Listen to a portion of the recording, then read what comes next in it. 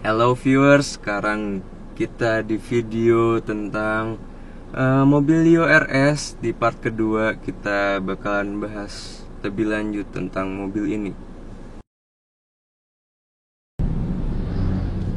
Sekarang kita bakalan ngebahas tentang mesinnya. Mesinnya itu 1500 cc yang sama dipakai oleh BRV, HRV, Honda Jazz, terus Honda City. Harusnya dengan bagi-bagi mesin kayak gitu spare partnya lebih murah ya. Jadi banyak common partsnya juga dengan mobil lain.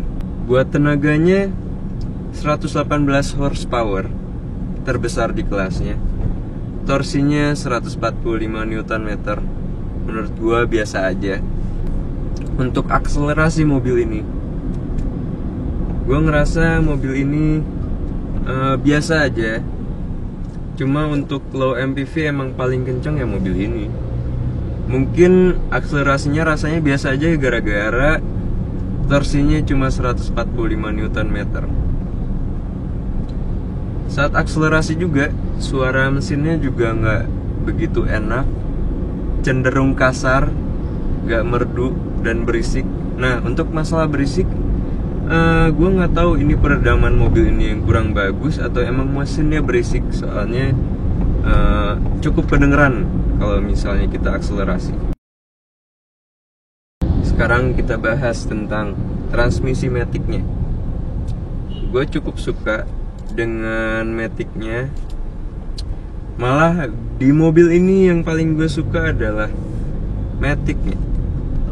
Kenapa? Soalnya karakter saat stop and go itu rasanya kayak slip couplingnya tuh dikit banget. Jadi kalau misalnya perumpamaan nih, saat stop and go begitu lu gas, RPM-nya naik dikit, terus tiba-tiba kayak kita ngangkat kopling, RPM-nya tiba-tiba rendah, terus mesinnya tanpa effort lebih melaju dengan pasti. Jadi menurut gua dengan sistem seperti itu, dengan slip coupling yang lebih dikit dibandingkan matic biasa, pasti lebih irit menurut gua. Untuk kecepatan menengah, gua ada nggak sukanya, cuma ada sukanya juga.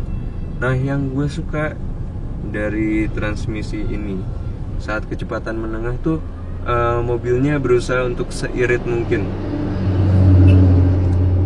Gue jarang banget nyentuh 2000 rpm di dalam kota. Jadi kayak mobil ini tuh maksa untuk mesin kerja di RPM rendah, jadi lebih ekonomis.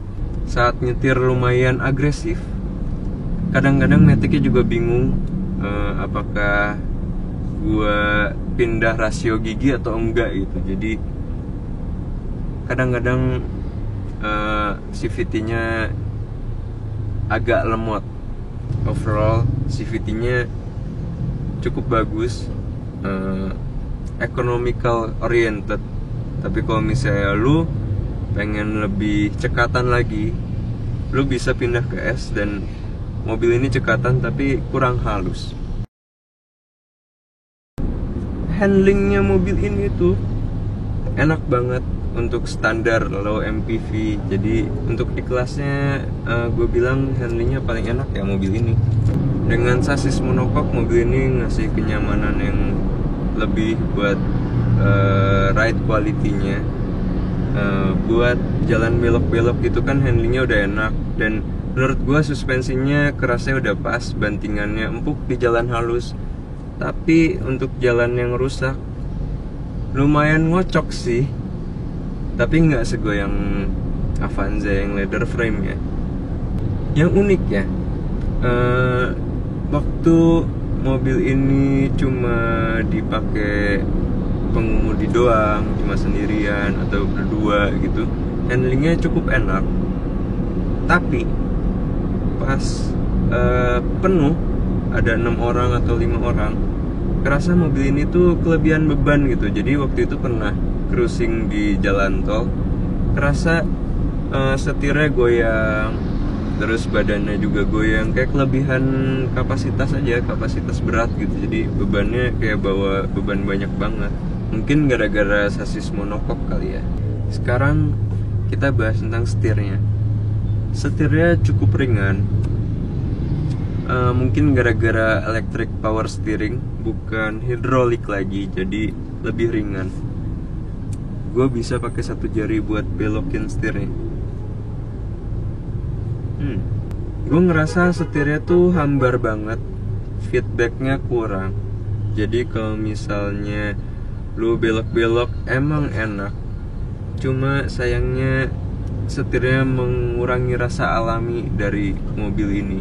Tapi kalau misalnya lu di dalam kota tuh enak banget, soalnya ringan setirnya, terus radius putarnya juga lumayan kecil, jadi beloknya lebih. Kita udah ngebahas eksterior. Eksteriornya keseluruhan gue suka. Untuk interior gue kurang suka, soalnya desainnya biasa banget. Gue mau kritik kalau di bagian interior itu peredamannya kurang bagus. Suara dari luar tuh masuk gitu, jadi harusnya bisa lebih meredam lagi ya. Dengan sasis monokok,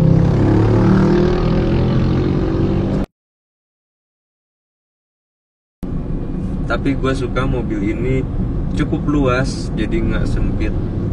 Legroom juga lumayan, headroom lega banget, bagasi luas. Jadi emang interior bukan keunggulan utama dari Mobilio, cuma gara-gara luas aja. Handling terbaik di kelasnya. Ride quality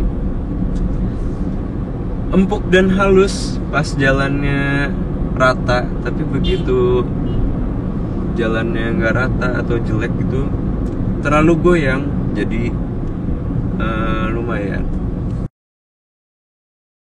Buat masalah harga, di kota Bandung dijual mulai dari 190 juta, dan untuk varian termahalnya 240 juta on the road. Harganya rada mepet BRV, cuma pasti diskonnya lebih besar. Lumayan. Kesimpulannya, mobil ini cocok banget buat mudik. Tapi buat sehari-hari juga enak banget, soalnya setirnya ringan dan mobil ini tuh irit. Dalam kota bisa dapat 13 km per liter, dan buat tol sekitar 17-18 km per liter yang gue tes. Gue akhirin videonya di sini. Subscribe channel di Auto Talks, like video ini kalau lu suka, share sama teman-teman lu yang butuh mobil Honda Mobilio.